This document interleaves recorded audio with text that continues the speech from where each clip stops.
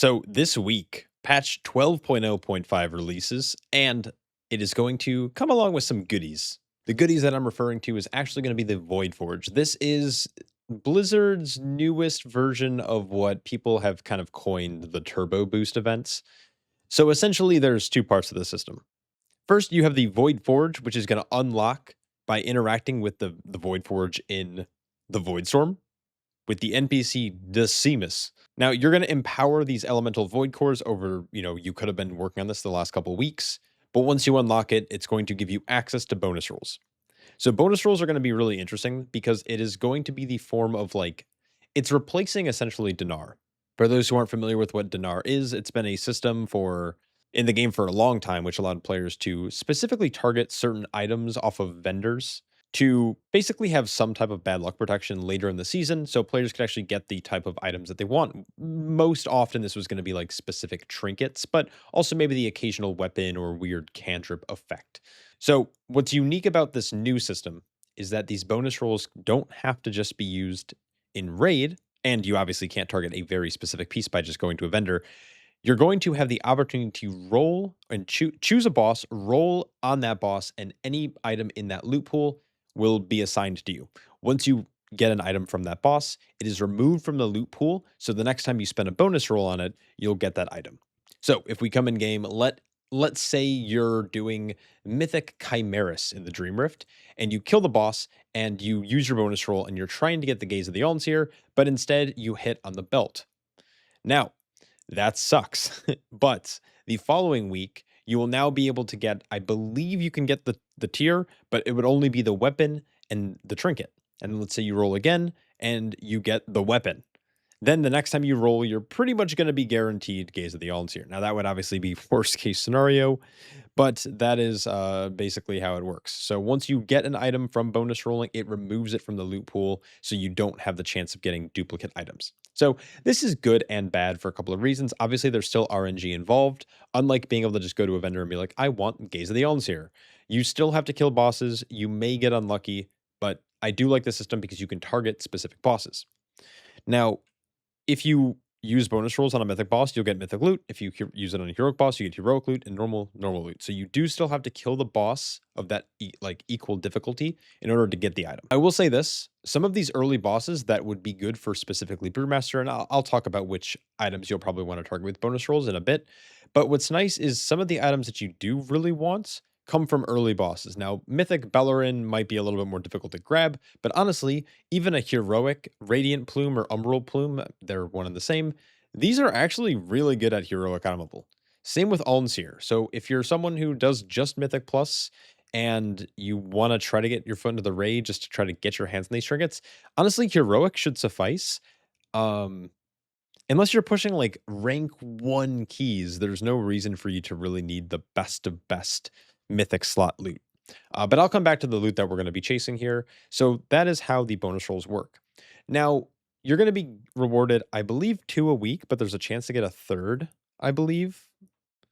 I don't know where I heard that from, but I heard that you can get up to 3 a week, potentially. But when you use them in raid, it costs 2 of your 3 or 2 of your bonus rolls. But in Mythic Plus, it only costs 1. And if you're doing a Mythic Plus dungeon at a 10 or higher, according to Blizzard's official post on it, you can actually just get 1 out of 6 Mythic items per week on all of your characters, as long as you're doing it in a plus 10 or above. So that's what I recommend doing. This is really strong for both alts and for mains. So let's say you've been unlucky from your vault, or let's just say you don't raid, you don't mythic raid. You're now going to be able to kind of like turbo reap mythic gear from dungeons that you'd like. This means mythic tier, mythic trinkets, mythic weapons pretty easily. And of course, there's always a chance to get some of those like more secondary and tertiary pieces like boots, belts, rings, necklace, etc. So I recommend really trying to focus on rolling on Mythic Plus because you get 2 versus 1. Now, there's one other thing that's going on called the Ascendant Void Cores, which is using the Ascended Nilhammer. It's a powerful tool capable of manipulating Ascendant Void Cores to empower your worthy equipments. Now, from my understanding, This only works on hero and mythic and maximum quality radiance crafted weapons and trinkets. So it's not all your gear is going up. So our total item level isn't going much past the potential of 289. These weapons will go up to, I believe, 298. So it's going to be up 9 item levels, but it's only weapon and it's only trinkets. So it's 3 or I guess 4 total slots technically. So this is a cool system. You're going to want to obviously prioritize probably your weapon first, followed by trinkets when you're if you're making that choice.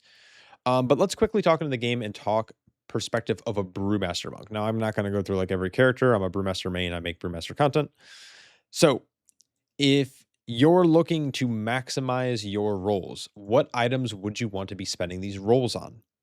Now, of course, this is going to be subjective, but I hope that this guidance somewhat helps. If you're someone who only does Mythic Plus, I do recommend trying to get in and get a heroic Chimeras kill or a Mythic kill. Mythic is going to be very doable in the future weeks. Once we have like upwards of like a 10% damage gain, I know that's kind of far away, but once we start getting those like weekly damage gains, this boss is actually pretty quick. It's a quick little 6-minute fight. The hardest part is just making sure you have kicks in the intermission. And yeah, that's it. Nothing really to this fight. You pretty much 4-phase it, or I guess 2-phase it. But getting Alden Seer is easily your best trinket.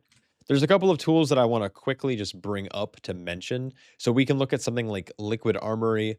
This is a tool that some players utilize to see the sims for certain trinkets.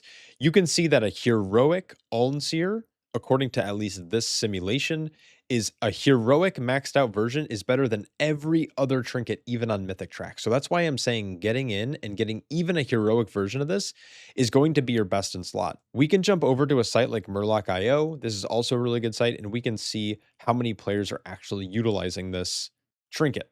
So if we come down and we click on BIS gear and we scroll down just a little bit, you can see that Gaze is being used by 31%. Solar Flare Prism is a little bit better, but that's under the assumption that you're maybe not everyone raids, or if you do raid, you just haven't been lucky. So Gaze of the Altar is very powerful, and obviously you can see like Umbral Plume is getting used. Gloom Spatter Dreadscale, also a powerful item. So these are good trinkets to be chasing. So heroic, if you can do mythic, great. If you can't, even a heroic version is going to be one of your highest budgeted pieces. Moving on, you also have Bellerin. Now, Bellerin's a really interesting fight because on Heroic, with a good group, you can pretty much one-phase this. You have everyone in your group hold CDs, and when you hit like the minute and a half, normally the bird will die and then turn into the egg, and then you lust and pop all of your CDs on the egg.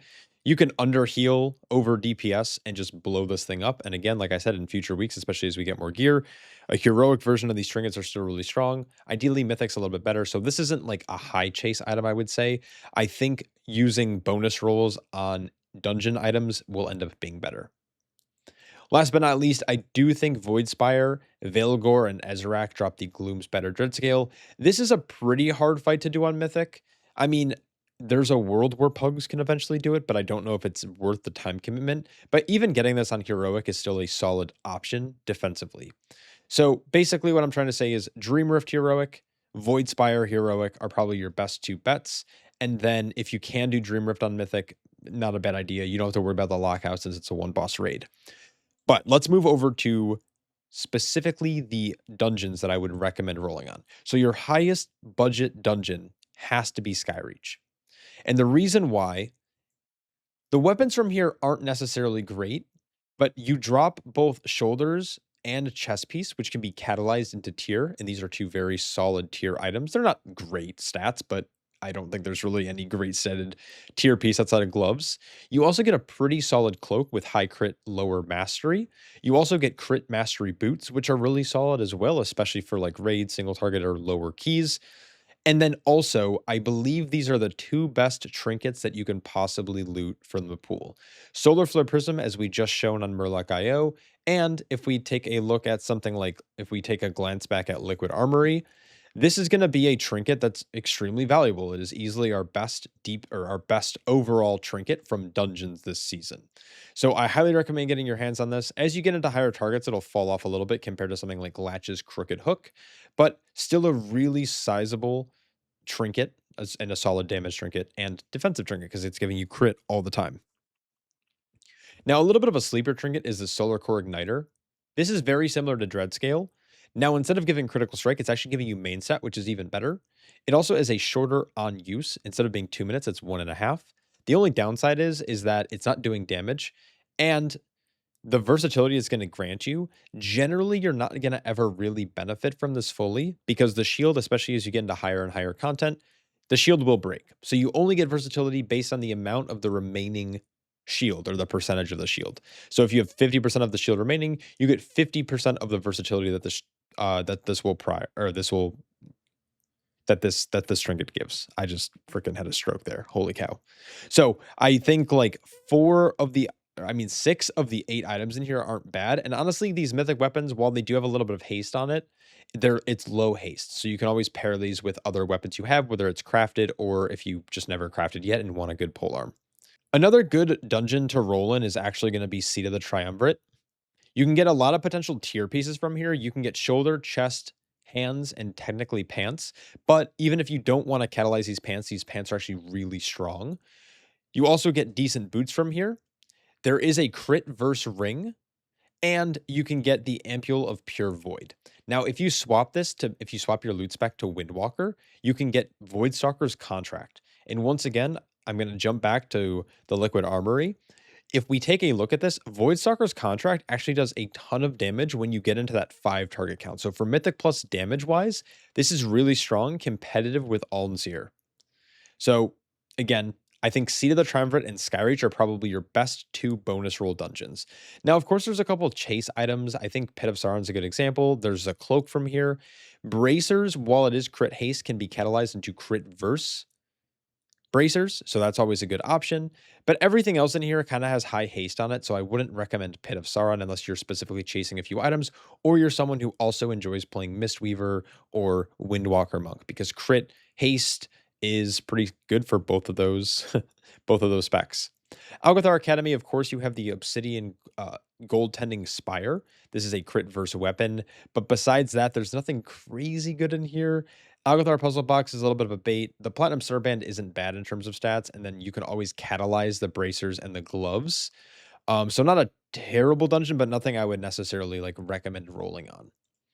Windrunner Spire is like all haste items. I wouldn't do it unless maybe you were trying to target specifically Latch's Crooked Hook. But I think when it comes to damage, it's a little bit short when it comes to like damage because you have the Voidstalker Contract. So I recommend again focusing on Seat of the Triumvirate.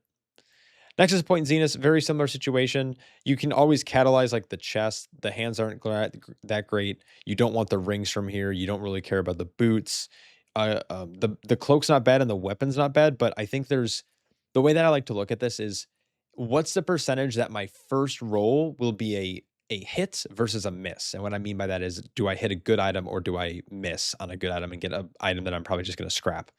So that's why I recommend Skyreach and Seat, because I think like 80% of the items you can get on your first bonus roll in here is going to be valuable on Mythic Track. Now it becomes subjective because some of you might have already pulled a mythic Solar Flare Prism from your vault. So then there's obviously no reason to go into Skyreach and roll on that stuff. Just something to kind of keep in mind.